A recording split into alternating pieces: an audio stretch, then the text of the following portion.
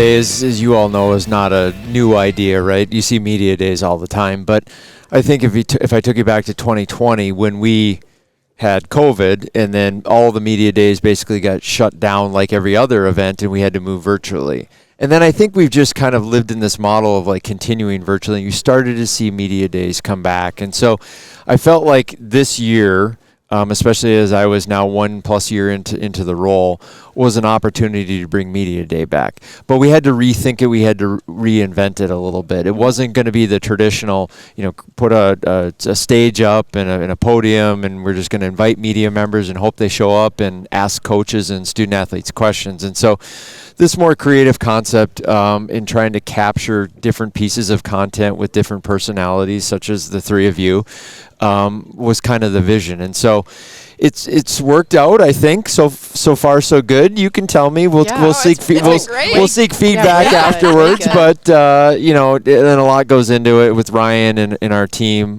within the league office. They deserve all the credit for kind of envisioning this and pulling it off. So just really appreciate you all being here, by the way. Absolutely. It means a lot to us. Thanks for having us. Yeah, absolutely. When you look at the landscape of this league and the success that it's had across multiple sports, whether it be Oral Roberts in the World Series, whether basketball specific, being in the postseason in March, to just many other, Denver, I could go on. But where do you see the future and how this league continues to expand and grow? Well, I think you touched on something that's important. Just broad-based competitive success is important. And so whether it's success in basketball, which, by the way, we do put a lot of prioritization around, and all of our other sports understand that, because if we have success in basketball, it kind of has this rising tide effect to it.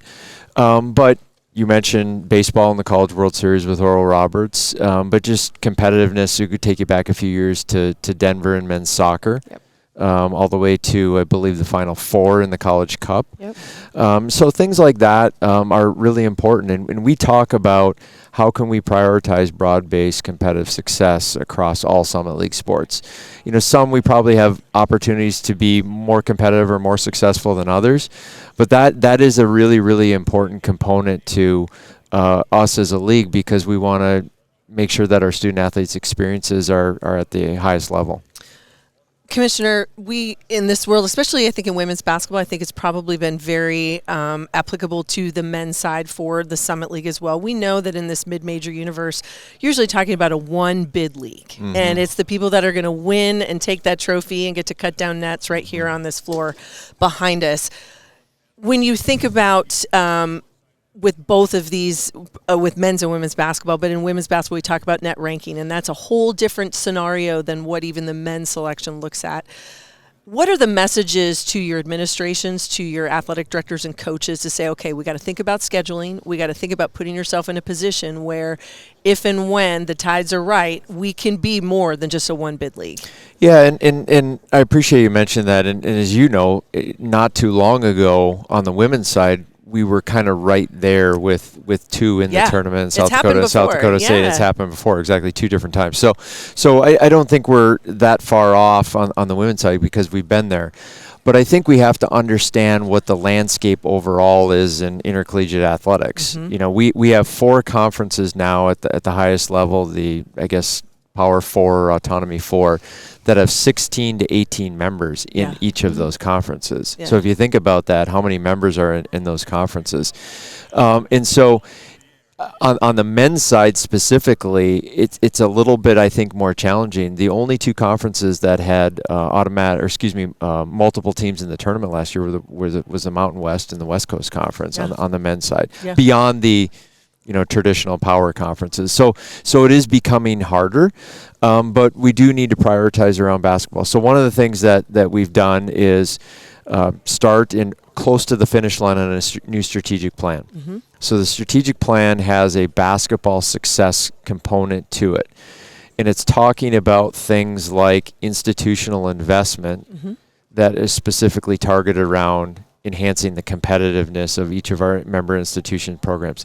It's also getting into what is our non-conference scheduling strategy and trying to be a bit more specific, analytical, if you will, in a non-conference scheduling strategy. It's also about creating a media marketing promotional plan around basketball that can help a coach when he or she goes into a young person's home and says, you should come to XYZ because of these 3 reasons. And one of those reasons is the Summit League. Yeah. And so, having an event like this, hosting what I believe is arguably the best combined gendered postseason conference tournament, maybe across the country. Mm-hmm. At all levels. I know some are bigger in terms of attendance and venues and whatnot, but the combined aspect of the tournament is very, very special. Those are all things that we need to sell that our coaches can then use to go into rooms. And so there's components there that we think are important that we have to make sure that are prioritized in the future. And we think that if we can focus around those, we have opportunities for maybe multiple teams in the tournament. If not, how can we lift the middle to the bottom half of the league to maybe improve the seed line of the one team that does get in the tournament? One of those things I think that can help in that process and has been one of the new initiatives that you guys have launched is the Summit League Network. How important is that just in the overall landscape, not just for basketball, but for every sport across the board when you think about exposure and opportunity for these student athletes to be able to be seen? Well, I think a couple simple things. Number one, we were very fractured in the digital space, which means you had to go to this site to watch this team and then the next site to watch that team, and then you had to go over to wherever to watch the next team. And that wasn't really a great experience. Yeah. Wasn't a great experience for a fan, especially in the world that we live in today. So number one, we needed to aggregate the content. Mm-hmm. And then it was figuring out, okay, where's the content going to live? And we're excited about our new partnership with Midco Sports Plus and building the Summit League Network through their technology platform.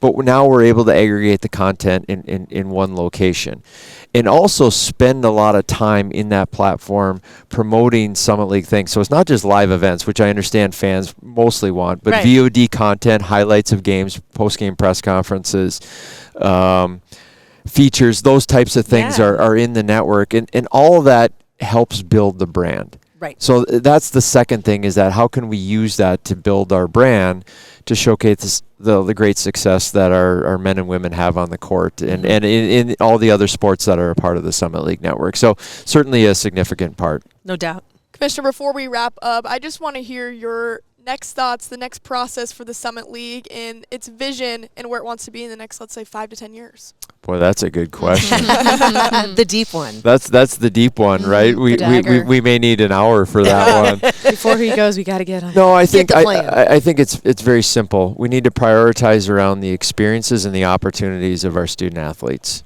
And so whether it's a sport of basketball or other sports, what are we doing to positively impact their experience? We also have to understand that we in the league office are one step removed from them.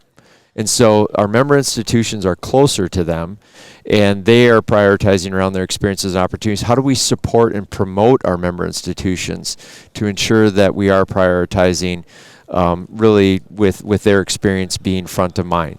Tournament championships are an important part.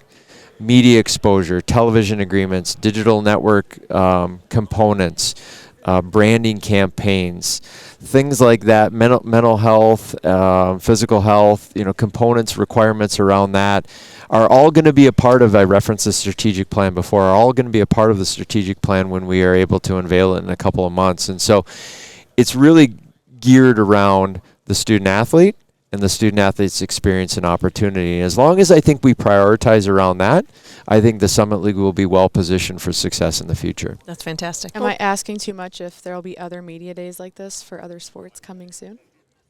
We're starting small, but maybe we can get there in the future. So Cool. Love It's in it. the works. It's Okay. in the works. as long as you show up. Okay. Former Omaha soccer player. Yes. I would love it. So Gotta I'm ask. looking forward to it. Yeah. They Yeah. gotta ask. Have to I had to ask. ask. Commissioner, thank you so much for joining us. We appreciate you just having us here in Yeah. Sioux Falls. This has been awesome so far, so we really do appreciate it. Well, thank you guys for being here. It's been really special.